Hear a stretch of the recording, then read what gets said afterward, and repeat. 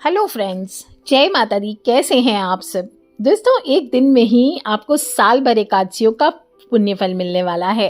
और आप अगर चाहते हैं कि मृत्यु के बाद यमदूत आपको लेने ना आए, बल्कि भगवान विष्णु के दिव्य दूत आपको लेने के लिए आए, मोक्ष की प्राप्ति है, तो इस बार आने वाली निर्जला एकादशी आपको मिस नहीं करनी है। किस विधि का पालन करना है, कौन से मंत्र बोलने हैं, क्या समय में पारण करना है, कैसे व्रत को करना है, क्या खाना है, सभी मैं बताऊंगी। वैसे मैंने छोटे छोटे वीडियोस बहुत सारे दिए हैं जिसको आप पहले भी देख चुके होंगे, और आज मैं आपको पांडव निर्जला एकादशी की संपूर्ण व्रत विधि के बारे में बताऊंगी। आने वाले सबसे महत्वपूर्ण पांडव निर्जला एकादशी का पालन सभी को जरूर करना है। आइए दोस्तों, उन सर्वव्यापी भगवान जो संपूर्ण सृष्टि का आधार हैं, भगवान श्री हरि विष्णु का ध्यान करते हुए इस वीडियो को शुरुआत करते हैं। और अंत तक इस वीडियो को सभी को ध्यान से पूरा सुनना है। निर्जला एकादशी का व्रत करने के पहले, और अपनी फैमिली वालों को, फ्रेंड्स को भी आप शेयर कर सकते हैं। शुरू करने से पहले हाथ जोड़कर भगवान श्री हरि विष्णु के दरबार में हाजिरी लगाएंगे। कमेंट में ओम नमो भगवते वासुदेवाय लिखेंगे और बोलेंगे शांताकारं भुजगशयनं पद्मनाभं सुरेशं विश्वाधारं गगन सदृशं मेघवर्णं शुभांगं लक्ष्मीकांतं कमलनयनं योगिर्विध्यानगम्यं वंदे विष्णु भवभयहरं सर्वलोकैकनाथनं। बोलिए श्री हरि विष्णु भगवान की जय। दोस्तों, सभी व्रतों में श्रेष्ठ व्रत है पांडव निर्जला एकादशी या भीमसेनी एकादशी इसको कहते हैं, और शुक्ल पक्ष में किया जाता है। जेठ माह की 24 एकादशियों का फल एक साथ देता है। और कहते हैं जेठ माह के शुक्ल पक्ष के एकादशी के दिन ही भगवान श्री कृष्ण ने देवी रुक्मिणी का हरण किया था, इसलिए ये रुक्मिणी हरण एकादशी भी कही जाती है। सर्वप्रथम इस व्रत को भीमसेन ने किया था और निर्जला व्रत धारण कर समस्त 24 एकादशियों का फल प्राप्त किया था। कहते हैं इस व्रत को जो भी भक्त करता है तो भगवान विष्णु और माता लक्ष्मी की पूजा करने से इस दिन जातक को मनोवांछित फलों की प्राप्ति होती है, जीवन में खुशियों का आगमन होता है। बहुत ही कठिन व्रत है क्योंकि निर्जल व्रत है, पानी नहीं पिया जाता, आचमन के अलावा जल ग्रहण नहीं किया जाता, और इसलिए बहुत सारे वीडियोस मैंने बताए हैं कैसे करना है। जो लोग विशेष रूप से गर्भवती हैं, बालक हैं, वृद्ध हैं, बीमार हैं, या जो माताएं बच्चों को फीड कर रही है, वो सभी इस व्रत को ना उठाएं। जैसे सेहत अलाउ करे इस व्रत को करें, या फिर सिर्फ अन्न का त्याग करके फल फ्रूट फलाहार लेकर, दवाई लेकर के अपने व्रत का पालन करें। आम भगत जो हैं इस दिन निर्जल उपवास रखकर अगले दिन सुबह पारण करने के बाद ही जल ग्रहण करें। और कहते हैं कि जब श्री कृष्ण ने पांडवों को चारों पुरुषार्थ धर्म अर्थ काम और मोक्ष देने वाली एकादशी व्रत का संकल्प कराया, तब युधिष्ठिर ने कहा, हे जनार्दन, जेठ माह के शुक्ल पक्ष में जो एकादशी पड़ती है, कृपा उसका वर्णन कीजिए। भगवान श्री कृष्ण ने कहा, हे राजन, इसका वर्णन परम धर्मात्मा सत्यवती नंदन व्यास जी करेंगे, क्योंकि ये संपूर्ण शास्त्रों के तत्वज्ञ और वेद वेदांगों के पारंगत विद्वान हैं। तब व्यास जी कहते हैं, कृष्ण पक्ष और शुक्ल पक्ष दोनों पक्षों की एकादशी में अन्न खाना सर्वथा वर्जित है। द्वादशी के दिन स्नान करके पवित्र होकर फूलों से भगवान केशव की पूजा करें और नित्य कर्म समाप्त होने के पश्चात पहले ब्राह्मणों को भोजन देकर अंत में स्वयं भोजन करें। यह सुनकर भीमसेन बोले, परम बुद्धिमान पितामह, मेरी उत्तम बात सुनिए। राजा युधिष्ठिर, माता कुंती, द्रौपदी, अर्जुन, नकुल और सहदेव ये एकादशी को कभी भी भोजन नहीं करते हैं, और मुझे भी हमेशा यही कहते हैं कि भीमसेन एकादशी को तुम भी ना खाया करो, परंतु मैं उन लोगों से यही कहता हूँ कि मुझसे भूख सही नहीं जाती। तब भीमसेन की बात सुनकर व्यास जी ने कहा, यदि तुम नरक को दूषित समझते हो और तुम्हें स्वर्ग लोक की प्राप्ति अभिष्ट है, तो तुम दोनों पक्षों की एकादशियों के दिन भोजन नहीं करना चाहिए। भीमसेन बोले, महाबुद्धिमान पितामह, मैं आपके सामने सच कहता हूँ, मुझसे एक बार भोजन करके भी व्रत नहीं किया जाता, तो फिर उपवास करके मैं कैसे रह सकता हूँ? मेरे उदर में वृक नामक अग्नि सदा प्रज्वलित रहती है, अतः जब मैं बहुत अधिक खाता हूँ तभी यह शांत होती है।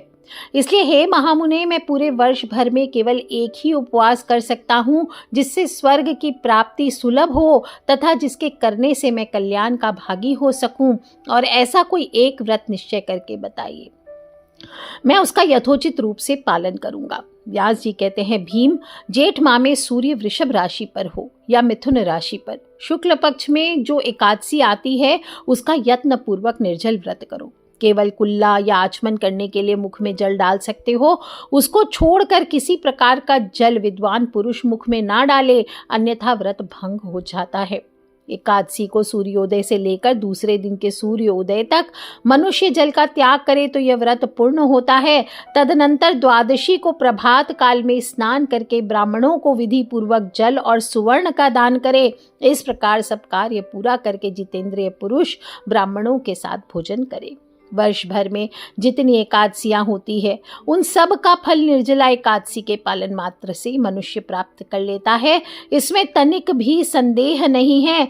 और शंख चक्र गदा धारण करने वाले भगवान केशव ने मुझसे कहा था कि यदि मानव सब को छोड़कर एकमात्र मेरी शरण में आ जाए और एकादशी को निराहार रहे तो वह सब पापों से छूट जाता है। एकादशी व्रत करने वाले पुरुष के पास विशालकाय विकराल आकृति वाले और काले रंग वाले दंडपाशधारी भयंकर यमदूत नहीं आते। अंतकाल में पीतांबरधारी सौम्य स्वभाव वाले, हाथ में सुदर्शन धारण करने वाले और मन के समान वेगशाली विष्णुदूत आखिर इस वैष्णव पुरुष को भगवान विष्णु के धाम में ले जाते हैं। अतः निर्जला एकादशी को पूर्ण यत्न करके उपवास और श्री हरि का पूजन करो। स्त्री हो या पुरुष, यदि उसने मेरु पर्वत के बराबर भी महान पाप किया हो तो वह सब इस एकादशी व्रत के प्रभाव से भस्म हो जाता है। जो मनुष्य इस दिन जल के नियम का पालन करता है वह पुण्य का भागी होता है। उसे एक एक प्रहर में कोटि कोटि स्वर्ण मुद्रा दान करने का फल प्राप्त होते सुना गया है। और मनुष्य निर्जला एकादशी के दिन स्नान, दान, जप, होम आदि जो कुछ भी करता है वो सब अक्षय होता है। ये भगवान श्री कृष्ण का कथन है। निर्जला एकादशी को विधि पूर्वक उत्तम रीति से उपवास करके मानव वैष्णव पद को प्राप्त कर लेता है। और जो मनुष्य एकादशी के दिन अन्न खाता है वह पाप का भोजन करता है। इस लोक में वह चांडाल के समान है और मरने पर दुर्गति को प्राप्त करता है। जो भी मनुष्य जेठ माह के शुक्ल पक्ष में एकादशी को उपवास करके दान करते हैं वे परम पद को प्राप्त करते हैं। और जिन्होंने भी एकादशी को इस प्रकार उपवास किया है वे ब्रह्म हत्यारे, शराबी, चोर और गुरुद्रोही होने पर भी सब पातकों से मुक्त हो जाते हैं। हे कुंती नंदन, निर्जला एकादशी के दिन श्रद्धालु स्त्री पुरुषों के लिए जो विशेष दान और कर्तव्य विहित हैं उन्हें सुनो।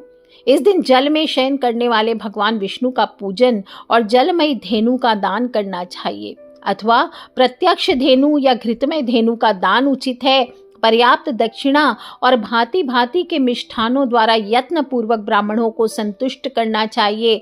ऐसा करने से ब्राह्मण अवश्य संतुष्ट होते हैं और उनके संतुष्ट होने पर श्री हरि मोक्ष को प्रदान करते हैं। जिन्होंने शम, दम, दान और प्रवृत्त होकर श्री हरि की पूजा की और रात्रि में जागरण किया, इस निर्जला एकादशी का व्रत किया, उन्होंने अपने साथ बीती हुई 100 पीढ़ियों को और आने वाली 100 पीढ़ियों को भगवान विष्णु के परम धाम पहुंचा दिया। निर्जला एकादशी के दिन अन्न, वस्त्र, गौ, जल, शैया, सुंदरासन, कमंडल, छाता ये दान करना चाहिए। जो श्रेष्ठ तथा सुपात्र ब्राह्मण को जूता दान करता है वह सोने के विमान पर बैठकर स्वर्ग लोक में प्रतिष्ठित होता है। जो इस एकादशी की महिमा को भक्ति पूर्वक सुनता है, उसका वर्णन करता है, वह स्वर्ग लोक में जाता है। चतुर्दशी युक्त अमावस्या को सूर्य ग्रहण के समय श्राद्ध करके मनुष्य जिस फल को प्राप्त करता है वही फल इसके श्रवण मात्र से प्राप्त होता है। पहले दंत धावन करके यह नियम लेना चाहिए कि मैं भगवान केशव की प्रसन्नता के लिए एकादशी को निराहार रहकर आचमन के सिवा दूसरे जल का त्याग करूंगा। द्वादशी को देवेश्वर भगवान विष्णु का पूजन करना चाहिए।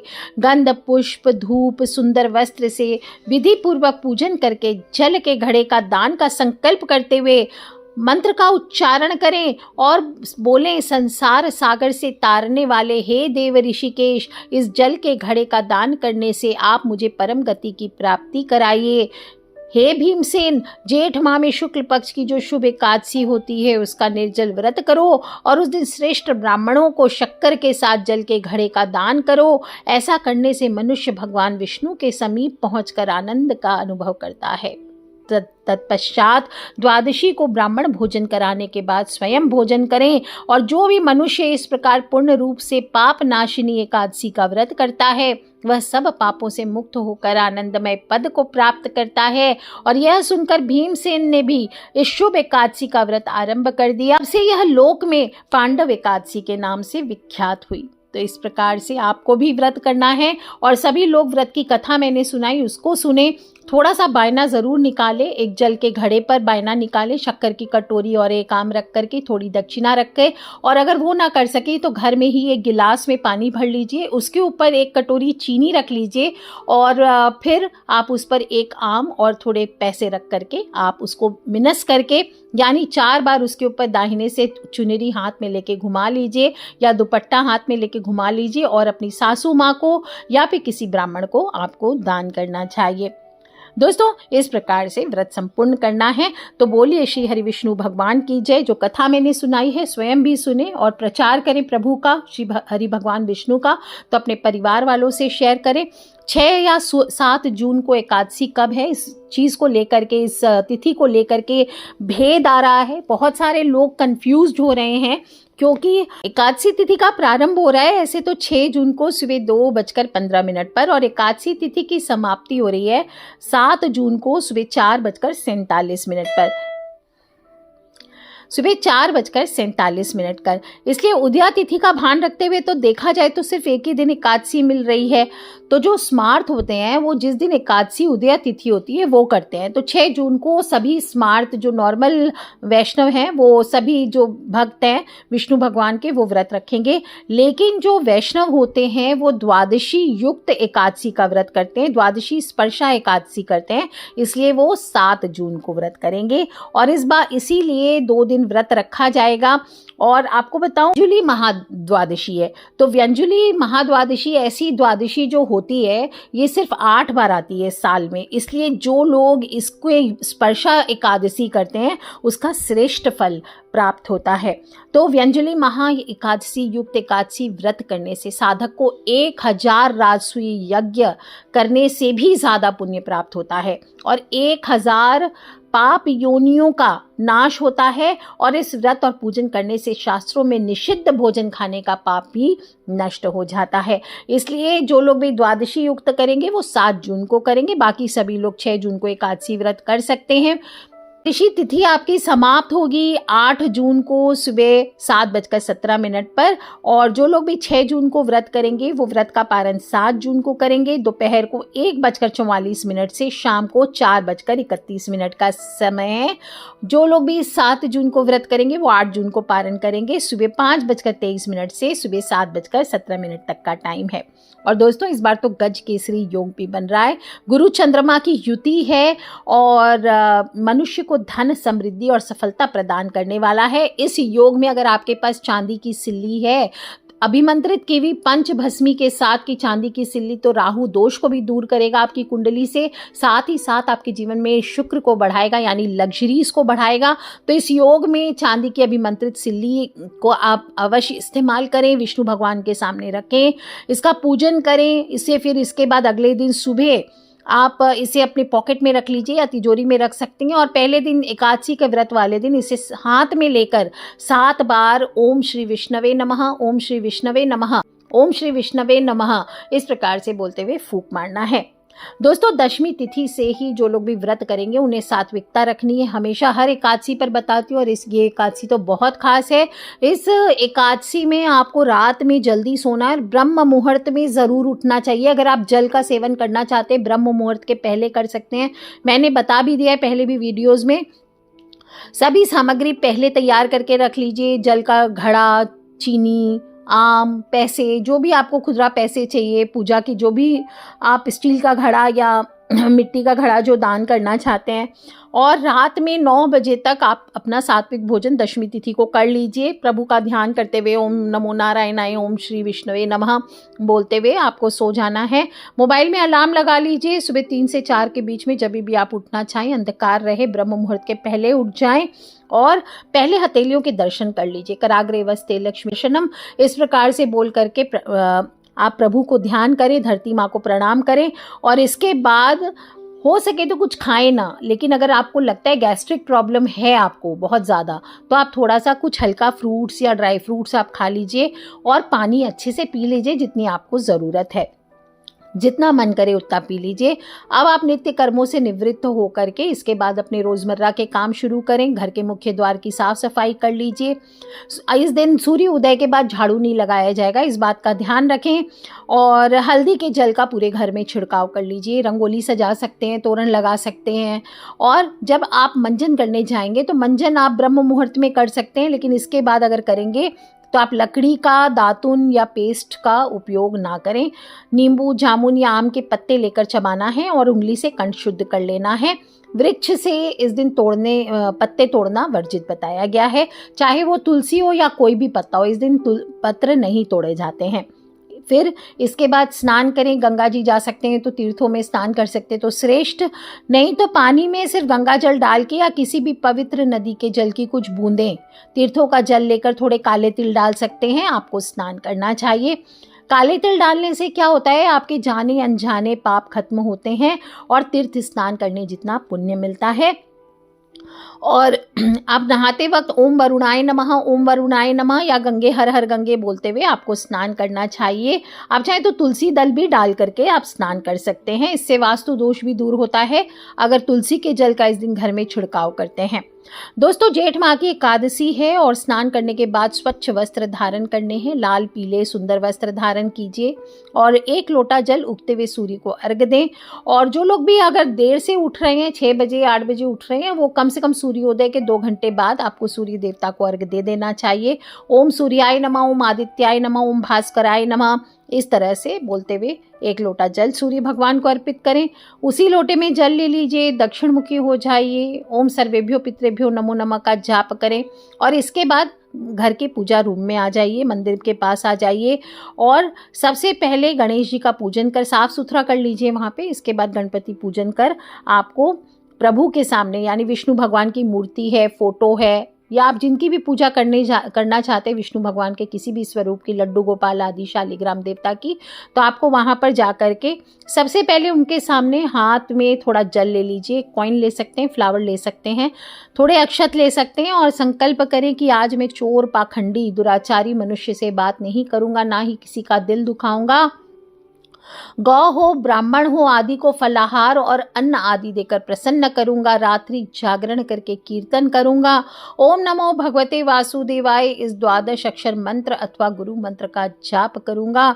राम हो, कृष्ण हो, नारायण हो, इनको अपने कंठ का, विष्णु सहस्त्र नाम को अपने कंठ का भूषण बनाऊंगा। ऐसी प्रतिज्ञा करके श्री विष्णु भगवान का स्मरण कर प्रार्थना करें, हे त्रिलोकीनाथ, मेरी लाज आपके हाथ, मुझे इस संकल्प को पूरा करने की आप शक्ति प्रदान करें। इस तरह से व्रत का संकल्प करके जल और फूल को वहीं छोड़ दीजिए। और जो कोई इस दिन व्रत नहीं रखता है, एकादशी के दिन अन्न खाता है, वो पाप खाता है, इसलिए भगवान की आज्ञा का उल्लंघन नहीं करना चाहिए, नहीं तो विष्णु भगवान अप्रसन्न होते हैं। कोशिश करें, व्रत जरूर करें। आप चाहें तो भगवान विष्णु का आप अभिषेक कर सकते हैं। दक्षिणावर्ती शंख है आपके पास तो उससे आप जल डालते हुए आप अभिषेक कीजिए विष्णु भगवान का। और अगर आपको लगता है कि शत्रु आपके बहुत ज़्यादा हैं तो इस दिन आपको शहद से अभिषेक करना चाहिए। बाकी आप चाहें तो पंचामृत हो, शुद्ध जल हो, दक्षिणावर्ती शंख से आप अभिषेक कर सकते हैं। अभिमंत्रित दक्षिणावर्ती शंख होना चाहिए, लक्ष्मी माता का स्वरूप बन जाता है वो, तो उससे आप अभिषेक करते तो पूर्ण फलों की प्राप्ति होती है। और पंचामृत स्नान करा रहे हैं तो इसके बाद शुद्ध जल से अभिषेक अवश्य कराएं और इसके बाद में उनको अच्छे से पोंछ दीजिए। पीतांबर धारी है प्रभु तो पीले वस्त्र धारण कराएं, जनेऊ धारण कराएं, चंदन चढ़ाएं और चावल नहीं चढ़ाने हैं। विष्णु भगवान को सफ़ेद तिल चेपे जाते हैं चावल की जगह, तिलक के वहाँ पे। और फिर स्वयं भी इस दिन आपको ध्यान रखना है, येलो वस्त्र ही पहनना है। इसके बाद आप उनके पीले फूलों से श्रृंगार कीजिए, सुंदर पुष्प चढ़ाइए, गुलाब पुष्प आदि चढ़ा सकते हैं। गाय के घी के दीपक जलाए, 11 मुखी दीपक करे तो श्रेष्ठ, नहीं तो 1 मुखी ही कीजिए। और केसर डाल दीजिए 1 बूंदा दीपक में, ये बहुत श्रेष्ठ होता है। चंदन की धूप करें, चंदन का ही इत्र हो तो विष्णु भगवान को अर्पित करें। और लाल चंदन हो तो इस दिन लाल चंदन बहुत श्रेष्ठ होता है, उससे आप तिलक कर सकते हैं। तुलसी पत्ते अवश्य चढ़ाएं, ऋतु फल का भोग लगाएं, दूध शहद का भोग लगा सकते हैं। फलाहारी खीर बनाएं, उसका भोग लगाएं भगवान को और इसमें तुलसी का पत्ता अवश्य डालें। और ध्यान रखें दोस्तों, आज के दिन फलाहारी खीर बना करके विष्णु भगवान को भोग लगाने से आपके घर में सुख शांति बनी रहती है। किसी भी तरह की आर्थिक समस्या से परेशान है तो इस दिन तुलसी पत्र अर्पित करने से आपकी समस्याएं कम हो जाती है। अब बहुत लोग प्रश्न करते हैं कि जो भोग लगाया अब उसका क्या करें। देखिए, इस दिन जो भोग लगता है ना विष्णु भगवान को, वह ऐसे भी दान करना चाहिए आपको। और अगर नहीं कर सकते हैं तो अगले दिन आप उस भोग को ले सकते हैं, लेकिन सेम डे आपको यूज़ नहीं करना चाहिए। और इस तरह से आपको ओम नमो भगवते वासुदेवाय, ओम नमो भगवते वासुदेवाय करते हुए आपको प्रभु की भक्ति करनी चाहिए। धूप दीप करें। व्रत की कथा जो मैंने सुनाई है वो सुनिए, और आप चाहें तो रामायण पढ़ सकते हैं, श्री सत्यनारायण भगवान की कथा पढ़ सकते हैं, विष्णु पुराण पढ़ सकते हैं, भगवत गीता का पाठ कर सकते हैं, और इस तरह से आप अपने दुर्भाग्य को सौभाग्य में बदल सकते हैं। इस दिन विशेष रूप से कई जगह पर शिव पार्वती की पूजा का भी विधान आता है। तो शिव जी पार्वती माता हैं आपके मंदिर में तो उनका पूजन करें। और दोस्तों ध्यान रखना है, इस प्रकार से पूजन करने के बाद आपको दिन में पूरे दिन ओम नमो भगवते वासुदेवाय, ओम नमो भगवते वासुदेवाय, ओम नमो भगवते वासुदेवाय ऐसा जाप करते हुए आपको दिन व्यतीत करना चाहिए। दिन में सोना नहीं है, नहीं कि टाइम काटना है, आप 2-4 घंटे सो जाओ टाइम कट जाएगा, ऐसी गलती नहीं करना है। नींद छोड़ देना है आपको। इस दिन ना तो दोपहर में सोना चाहिए ना रात में सोना चाहिए। रात्रि के समय भी आपको पूरी रात अपने परिवार सहित मिलकर श्री कृष्ण भगवान का जागरण करना चाहिए, भजन कीर्तन करते हुए समय व्यतीत करना चाहिए। और नहीं तो ठीक है, रात में कम से कम सोएं, लेकिन दिन में तो आपको कोशिश करें, तबीयत अगर खराब ना हो तो दिन में आपको नहीं सोना है। दोस्तों गर्मी ज़्यादा है, निर्जल व्रत है, तो अगर एकदम आपकी तबीयत खराब हो जाए तो आप शाम के बाद फलों का रस, दूध, फलाहार ये आप सेवन कर सकते हैं। अगर आपको लगता है कि इधर उधर भागा दौड़ी का बहुत काम है, मौसम में गर्मी ज़्यादा है, तो 1 गिलास पानी आप पी लीजिए। और चाहे तो गाय का दूध या एक सेव या केला ले सकते हैं, लेकिन कोशिश करें कि सूर्यास्त के बाद लें। और इसका ज़्यादा सेवन नहीं करना है। ऐसा नहीं कि मैंने हाँ बोल दिया तो आप बार बार पानी पी रहे हैं, नहीं। उपवास में ज़्यादा पानी पीने से भी शरीर में कमज़ोरी आती है। चाय, कॉफ़ी, पान, जर्दा ये नहीं कि अलाउ किया है तो ये सब चीज़ का सेवन करेंगे, इससे व्रत भंग हो जाता है। और अगले दिन एकादशी के दिन सूर्योदय से लेकर अगले दिन सूर्योदय पर मुहूर्त अनुसार पारण करके ही व्रत खोलना चाहिए।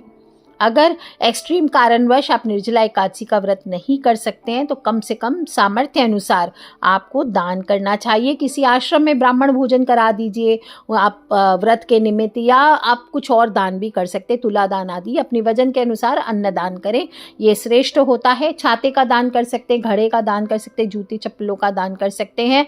और इस दिन शाम के समय तुलसी पूजन अवश्य करें। तुलसी में जल नहीं देना है। हालांकि कहते हैं कि निर्जला एकादशी पर तुलसी को जल अर्पित करने का विधान आता है शास्त्रों में, तो आपकी इच्छा है, आप चाहें तो दे सकते हैं। वैसे नॉर्मल एकादशी में कभी भी जल नहीं दिया जाता है।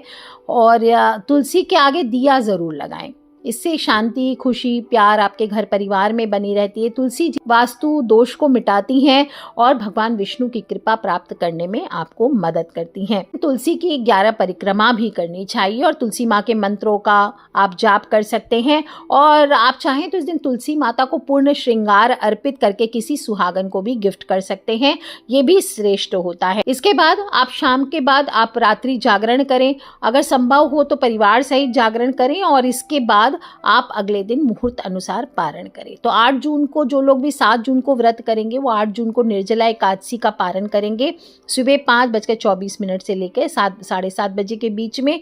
और पारण से पहले ही आप किसी सुयोग्य ब्राह्मण या वैष्णव को घर पे आमंत्रित कर लीजिए और उनको थोड़ा प्रसाद अर्पित करके, भोजन, प्रसाद, जल, ठंडे पदार्थ, जो भी आपकी इच्छा हो क्षमता अनुसार कुछ ना कुछ दान दक्षिणा अवश्य दे। किसी आश्रम में दे दीजिए अगर आप घर पे नहीं कर सकते। और अगर आप अपने घर में किसी ब्राह्मण या वैष्णव को आमंत्रित नहीं कर सकते तो मंदिर में जाकर के भी दान कर सकते हैं। पारण करते समय भगवान के सामने हाथ में गंगा जल ले लीजिए और पारण मंत्र का उच्चारण कीजिए। मैं अज्ञानता के अंधकार में हूँ, हे केशव, हे प्रसन्न मुख भगवान, इस दोष रहित व्रत से प्रसन्न होइए और मुझे ज्ञान, चक्षु और आपकी शुद्ध भक्ति प्रदान कीजिए। अगर इस व्रत के पालन में मुझसे कोई त्रुटि हो गई हो तो मुझे क्षमा कीजिए। और इस प्रकार से प्रार्थना कीजिए। आप भगवान के सामने कोई इच्छा हो, मनोकामना हो तो वो भी बोल सकते हैं। और इसके बाद ब्राह्मण को भोजन करा दीजिए। पारण करने के बाद तुरंत ही भारी भोजन आप मत कीजिए। जिन्होंने भी निर्जला व्रत किया है सिर्फ थोड़ा सा चरणामृत लेकर पारण कीजिए। इसके बाद धीरे धीरे थोड़ा नींबू पानी पीजिए, गुड़ का पानी, नारियल पानी पी सकते हैं। और अगर दूध लेना चाहते हैं दूध में ज़्यादा पानी मिला करके लीजिए, थोड़ा थोड़ा लीजिए, ताकि आपके पाचन तंत्र की सभी प्रक्रियाएं सुचारू रूप से गतिमान हो जाए और आपको कोई हेल्थ की प्रॉब्लम ना हो। और इस प्रकार से इसके बाद 2 घंटे के बाद में पहले मूंग दाल की खिचड़ी आदि या दाल जैसे दाल रोटी हल्की हल्की बिल्कुल हल्का फुल्का आहार आपको लेना चाहिए। दोस्तों ध्यान रखें, आपको जो टाइमिंग दिया गया है वीडियो में पारण के लिए उसी समय पे पारण करना चाहिए। एकादशी व्रत का नहीं तो समस्त फल नष्ट हो जाता है। एकादशी के दिन आपको कुछ काम नहीं करने, हर एकादशी पे बताती हूँ, ध्यान रखना है आपको इस एकादशी पर भी। इस दिन अगर आप निर्जल व्रत है तो जल भी नहीं लेना है। और अगर आप अगर आप सजल व्रत कर रहे हैं तो आप ध्यान रखें सात्विक भोजन करें। प्याज, लहसुन, मांस, मदिरा ये सब सेवन ना करें। बैंगन, मसूर की दाल आदि का सेवन हर वीडियो में बताती हूँ वो नहीं करना है। और भोजन का व्रत रखेंगे, नमक का सेवन ना करें। सेंधा नमक, आपको नमक का सेवन करना है तो सेंधा नमक यूज़ कीजिए। और निर्जल व्रत है तो इस दिन शरीर का व्रत करेंगे। आपको मानसिक व्रत भी करना चाहिए। किसी की चुगली, बुराई, लड़ाई झगड़ा नहीं करना चाहिए। किसी के बारे में अहित ना सोचें। आप ये ना सोचें कि इसको नुकसान पहुंचाना है, इस प्रकार से आपको नहीं करना है। इस दिन शेविंग वगैरह नहीं करना है, हेयर कट नहीं करना है और आपको बाल नहीं काटने हैं। स्त्रियों को शैम्पू नहीं करना है और जुआ वगैरह नहीं खेलना है, मदिरा पान नहीं करना है। ब्रह्मचर्य का पालन करने पति पत्नी को चाहिए कि इस दिन हाथ जोड़ करके कपल पूरा मिल करके प्रभु की सेवा करें। इसका आनंद ही अलग होता है और इस तरह से आपको दिन भर व्यतीत करना है। ज़्यादा से ज़्यादा ओम नमो भगवते वासुदेवाय, ओम नमो भगवते वासुदेवाय, ओम नमो नारायणाय, ओम नमो नारायणाय, ओम श्री विष्णवे नमः, इस प्रकार से बोलते हुए दिन को व्यतीत करना है। और तो साल में सिर्फ एक बार आती है ये एकादशी, लेकिन इसका जो फल होता है ये असंख्य जन्मों को पवित्र बनाता है। इसलिए अगर आपने एक बार भी निर्जला एकादशी का व्रत अच्छे से कर लिया तो यमराज भी आपका नाम अपने रिकॉर्ड से हटा देते हैं और उसके बजाय विष्णु दूत स्वर्ण रथ लेकर के आपको लेने आते हैं। तो इसलिए आने वाले इस पांडव निर्जला एकादशी के लिए अपने आप को तैयार कर लीजिए, शरीर से, तन से, मन से और विश्वास से, श्रद्धा से निर्जला एकादशी का पूर्ण नियम के साथ पालन करें। आप देखेंगे आपको एक अलग ही आध्यात्मिक अनुभव होगा। और जो भी आपको अनुभव हो निर्जला एकादशी के बाद आप मुझे आने वाले वीडियोस से बताएं। और ओम नमो भगवते वासुदेवाय का जाप करते, ओम श्री विष्णवे नमः लिखते चले दोस्तों। और ध्यान रहे ये एकादशी बहुत महत्वपूर्ण है, इसका पालन ज़रूर करें। वीडियो को शेयर करें ताकि आप भी, आपको पता है जब आप शेयर करते हैं तो आप धर्म का प्रचार करते हैं और आप मेरी जो सेवा है उसमें आप हाथ बटा रहे होते हैं। तो ज़्यादा से ज़्यादा शेयर अवश्य किया करें दोस्तों। और बाकी मैं कोशिश करूँगी आगे भी निर्जला एकादशी पर आने वाले वीडियो में राशि अनुसार आप क्या दान कर सकते हैं, क्या उपाय करना है वो मैं आपको बताऊँगी। तो कनेक्टेड रहिए, खिलखिलाते रहे, मुस्कुराते रहे। Take care friends, love you all. जय माता दी, बम बम भोलेनाथ की जयकारा, शेरावाली दा बोल, सांचे दरबार की जय, विष्णु भगवान की जय, लक्ष्मी मैया की जय।